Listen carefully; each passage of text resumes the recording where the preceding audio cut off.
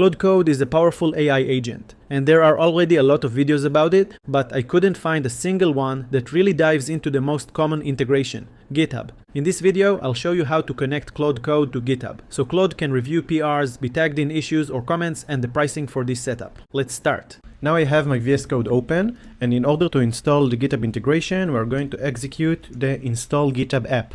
It asks us which repository to install the GitHub app. I'm going to go with the current repository all dev needs. If you want to choose another repository, you can go with the second option. Next, it opens this GitHub page. It wants to install the Claude application in GitHub. I'm going to allow it. Again, it wants us to give permission to which repository we want it to run. I'm going to choose the current repository, and that's it. Install and authorize. We're back to VS Code. You can see that it asks us to press enter once you've already installed the app. Now you can see the two functionalities we are going to add. The first one is tag Claude in issues and PR commands, and it will execute the task we asked for.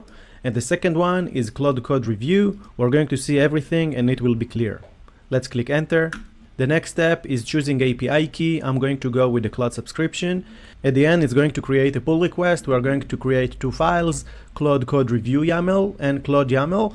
Both of them are going to be under the .github folder. What is a GitHub Actions workflow? A workflow is an automated process that runs on GitHub servers when certain events happen in your repository. Think of it as a script that GitHub executes automatically. By the way, I forgot to introduce myself. I help developers turn AI into real workflows, so sub and like, it really helps me provide more value for you. Let's see the two workflows that it generated. The first one is Claude Code Review.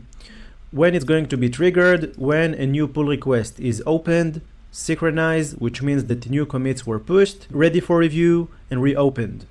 What it's going to do, it's going to run an Ubuntu machine and do a checkout to the repository, take the current code, and after that it's going to run a Claude Code Review. We can take it to the next level and filter the code review only to specific developers or to developers that are new to your team, just like you can see here. In addition, you can change the prompt it executes in your code review. Currently, it's using external plugin. You can change the prompt on this line and it will focus on what you want and your needs. The second workflow is Claude YAML. You can see that it triggers when a new issue is created, when we have a new comment in the pull request, a new issue is assigned or opened, and we have a pull request review that is submitted.